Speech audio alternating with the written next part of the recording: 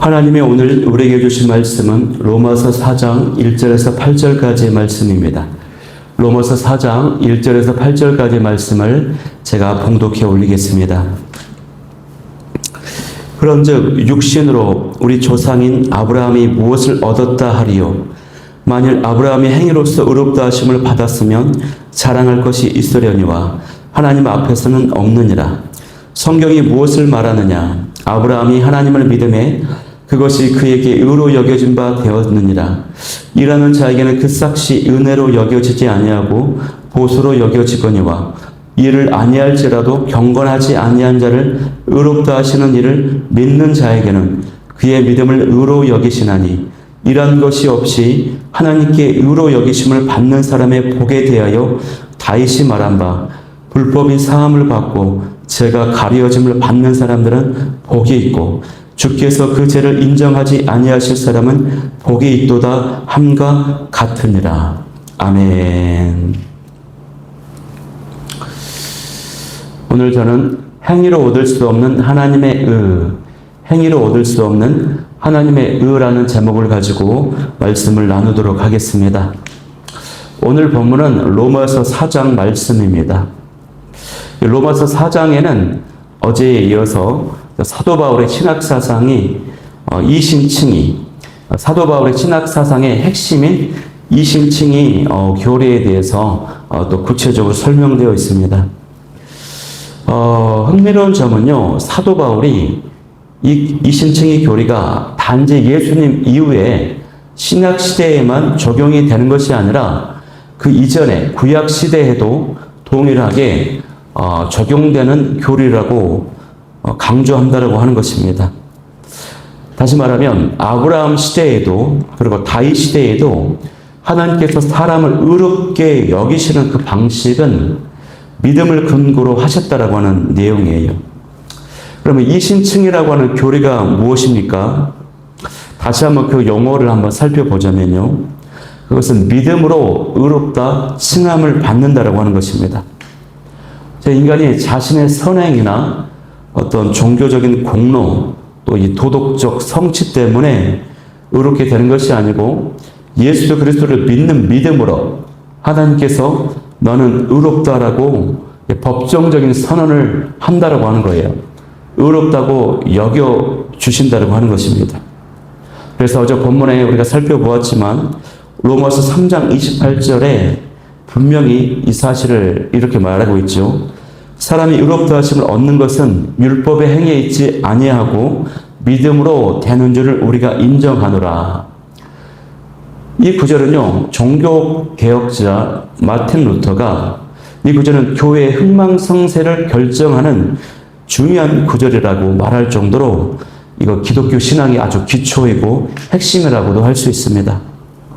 왜 사도 바울이 아브라함을 예로 들까요? 그것은 유대인들은 구약의 의인들이 율법을 잘 지켰기 때문에 또는 할례를 받았기 때문에 구원을 받았다라고 생각을 했습니다. 사도 바울은 이런 오해를 바로잡고 싶었고 그런 오해를 바로잡기 위해서는요, 그 누구보다도 이스라엘 백성들의 뿌리가 되고 또 그들의 정체성의 상징적인 인물이 되는 이 아브라함을 소환을 했던 것입니다. 아브라함은 단순한 과거의 역사적 인물이 아니고 이스라엘의 상징적인 인물입니다. 모든 유대인들이 존경하는 믿음의 조상이고 뿌리가 되는 것입니다. 모델이 된다고 하는 거예요. 그래서 로마서 4장 1절 말씀에 보면은 육신으로 우리 조상 아브라함이 무엇을 얻었다 하리요? 이렇게 질문하면서 본문이 시작되고 있어요. 사도 바울은 아브라함을 삶을 들여다보면서 그가 행위로 의롭다함을 얻지 않았다라고 하는 것을 강조하는 것입니다. 만약 그가 자신의 행위 때문에 의롭다고 여겨졌다면 자랑할 이유가 있었겠지만 하나님 앞에서는 전혀 자랑할 것이 없다라고 하는 것이 사도 바울의 결론이라고 하는 거예요. 사도 바울은 창세기 15장 6절 말씀을 인용합니다. 거기에 보면은 아브라함이 여호와를 믿으니라고 기록되어 있어요. 그래서 여호와께서 이를 그의 의로 여기셨다라고 하는 것입니다. 아브라함은요, 후사 문제로, 아들 문제로 굉장히 불안해했습니다. 그 불안해 있을 때에 하나님이 나타나셔서 약속의 말씀을 주셨어요. 그 약속의 말씀을 듣고 믿고 그 믿음을 보시고 하나님이 의로 여겨 주셨어요. 이것은 할례가 주어지기 이전의 일입니다. 또한 모세로부터 율법이 이스라엘 백성들에게 주어지기 이전의 일입니다. 400년도 더 이전의 일이에요. 즉 아브라함이 의롭다함을 얻은 근거는 율법에도 있지 않았던 것이고 할례에도 있지 않았던 것이고 순수하게 그 약속의 말씀을 믿었다라고 하는 것입니다. 하나님을 믿는 그 믿음 때문이었다라고 하는 것이에요. 아브라함은 유대인들과 구약 성경을 믿는 사람들에게 굉장한 설득력과 호소력을 갖습니다. 아브라함은 이스라엘 민족의 시조이자 첫 번째 이방인 개종자예요. 갈대아 우르에서 우상을 섬기던 그 아브라함, 이 사람을 불러서 하나님의 가나안 땅으로 인도해 주셨고 그 부르심에 순종하여 믿음으로 나아간 그에게 하나님의 언약을 주셨습니다. 따라서 아브라함은 율법 이전의 은혜의 언약의 증거가 됩니다. 모든 믿는 자들의 의로운 자들의 조상이 될 수 있어요. 사도 바울은 이 사실을 근거로 이방인도 믿음으로 아브라함의 자손이 될 수 있다라고 선언했습니다. 이 선언은 당시 유대인들에게 또 성경을 믿고 있는 자들에게 아주 충격적인 선언입니다. 복음이 유대인뿐만 아니라 모든 사람에게 주어진 보편적 구원이라고 하는 것을 보여주는 아주 혁명적인 가르침이라고 할 수 있어요. 이어서 사도 바울은 4절에서 6절까지 말씀에서 일하는 자와 그 일하는 자가 받는 싹스에 대해서 또 이것을 믿음과 은혜를 대응하여서 이 비유로 또 설명을 합니다. 일꾼이 삭스를 받을 때 그것은 은혜가 아니라 당연한 대가입니다. 일함으로 인해서 얻게 되는 보수예요. 삭시예요. 마찬가지로 만약 구원이 우리의 선행의 대가라면 그것은 은혜가 아니라는 것입니다. 임금이고 보수일 뿐입니다. 그러나 바울은 구원은 결코 이 보수가 아니라 하나님의 무조건적인 선물이라고 말합니다. 무조건적인 선물. 이를 아니할지라도 경건하지 아니한 자를 의롭다 하시는 이를 믿는 자에게는 그의 믿음을 의롭게 여기신다. 5절 말씀에서 선언하고 있습니다. 하나님께서는요, 우리가 선해지기를 기다리셨다가 의롭다라고 하시는 것이 아니라 여전히 제 가운데 있을지라도 또 여전히 제 가운데 있을 때에 믿음으로 그리스도를 의지하는 자를 의롭다고 여겨주십니다. 이것이 은혜입니다. 우리가 무엇을 해서 의롭다함을 얻는 것이 아니라 예수 그리스도의 의로우심, 그 의가 우리에게 전가되는 것입니다. 전가. 그것을 보시고 하나님이 의롭다고 여기신다고 하는 거예요. 그래서 사도 바울은 이번에는 아브라함에 이어서 다윗을 또 소환합니다. 다윗이 시편 32편 1절 2절에 고백한 그 고백을 인용하면서 또 다윗의 모습을 또 인용해요. 시편 32편 1절 2절 말씀을 보면 어떤 기록이 있습니까? 불법이 사함을 받고 죄가 가려짐을 받는 사람은 복이 있고 주께서 그 죄를 인정하지 아니하실 사람은 복이 있도다. 이런 선언을 다윗이 했습니다. 다윗은요, 이 선언을 밧세바 사건 이후에 고백한 것이거든요. 밧세바 사건 이후에 다윗은 큰 죄책감에 시달렸습니다.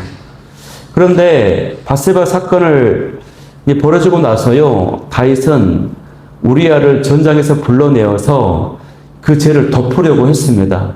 그런데 뜻대로 되지 않았죠. 너무나도 충성스럽기 때문에 밧세바가 전장에서 일시적으로 돌아왔을 때 집에 들어가지 않았어요. 동침하지 않았어요. 이후에 도저히 안 되겠다 싶어서 다윗은 어떤 방법을 씁니까? 또 우리아를 전장의 한복판에 서게 해서 죽임을 당하게 합니다. 일종의 살인을 한 것이죠. 이런 식으로 다윗은 그 죄를 덮기 위해서 자신의 술수와 어떤 행위로 덮으려고 했습니다. 그런데 그 행위로 덮어집니까? 덮어지지 않습니다. 오직 그런 모습이 덮어질 수 있는 방법은요, 오직 하나님의 용서하심, 제3의 은혜만이 그것이 덮어질 수 있게 하는 것이에요. 이처럼 하나님은 다윗의 죄를 묻지 않으셨어요. 다윗은 제3의 은혜를 받았습니다. 행위가 분명히 있었어요. 행위로는 덮어지지 않아요. 다윗은 그래서 이후에 자기가 용서받았다라고 하는 그 용서받은 자의 이 복을 찬양했습니다. 그것이 시편 32편의 고백이었다라고 하는 거예요. 사도 바울은 이 구절을 인용하면서 제3과 칭의는 행위가 아니다. 행위로 도저히 덮어질 수 없다. 오직 하나님의 은혜로만 이루어질 수 있다라고 하는 것을 보여주었다라고 하는 것입니다. 사랑하는 성도 여러분, 결국 오늘 이 본문이 우리에게 주는 메시지가 뭘까요? 그것은 우리 역시도 행위로 하나님께 나아갈 수 없다라고 하는 것을 보여줍니다. 우리는 간혹 어떻습니까? 우리의 행위를 자랑할 때가 있습니다. 우리의 신앙의 연수를 자랑할 때 있고, 내가 이런저런 영적인 훈련과 연단을 받았다, 이거를 자랑할 때가 있어요. 또 내가 이러한 성취, 사역의 어떤 열매, 어떤 이러한 성과를 자랑할 때가 있습니다. 근데 그렇지 않다라고 하는 것이에요. 우리가 이 말씀을 묵상하면서 겸손함을 회복할 수 있기를 소망합니다. 또한 반대로 이 말씀은 우리에게 또 어떤 메시지, 어떤 영적 교훈을 줍니까? 우리는 우리의 모습이 연약하고 부족하지만 우리는 예수님의 이름을 의지하여서 하나님께 담대히 나아갈 수 있다라고 하는 것을 또 보여주는 말씀이라고 하는 것이에요. 내 행위가 부족해도 우리가 하나님께 얼마든지 나아갈 수가 있다라고 하는 사실입니다. 자격이 없지만, 그래서 우리가 하나님 앞에 위축되고 무기력하고 자신감 없는 태도가 있을 수 있어요. 그러나 하나님 앞에서는 행위가 아닙니다. 예수의 이름을 의지하고 예수님의 십자가의 그 은혜, 그 공로를 의지해서 하나님 앞에 담대히 나아갈 수 있는 여러분이 다 될 수 있기를 소망합니다. 우리를 바라보면 선한 일보다 죄악과 허물이 너무 많습니다. 하지만 하나님은 우리의 믿음을 보시고 나를 의롭다고 여겨주십니다. 이것이 복음이고, 이 복음의 기쁨이고 구원의 확신입니다. 오늘도 하나님은 나의 어떠함에 상관없이 우리에게 말씀하십니다. 내 죄가 사함을 받았다. 너는 내 앞에서 의롭다. 이 선언이 우리를 자유롭게 하고요, 감사하게 하고 찬양하게 만듭니다. 그러면 우리는 이 죄책감과 정죄감에 매여 살 것이 아니라 구원의 하나님을 찬양하며 찬송하며 담대히 살아가야 될 줄 믿습니다. 아브라함처럼 다윗처럼 믿음으로 응답하고 은혜의 삶을 살아가는 복된 하루가 될 수 있기를 소망합니다.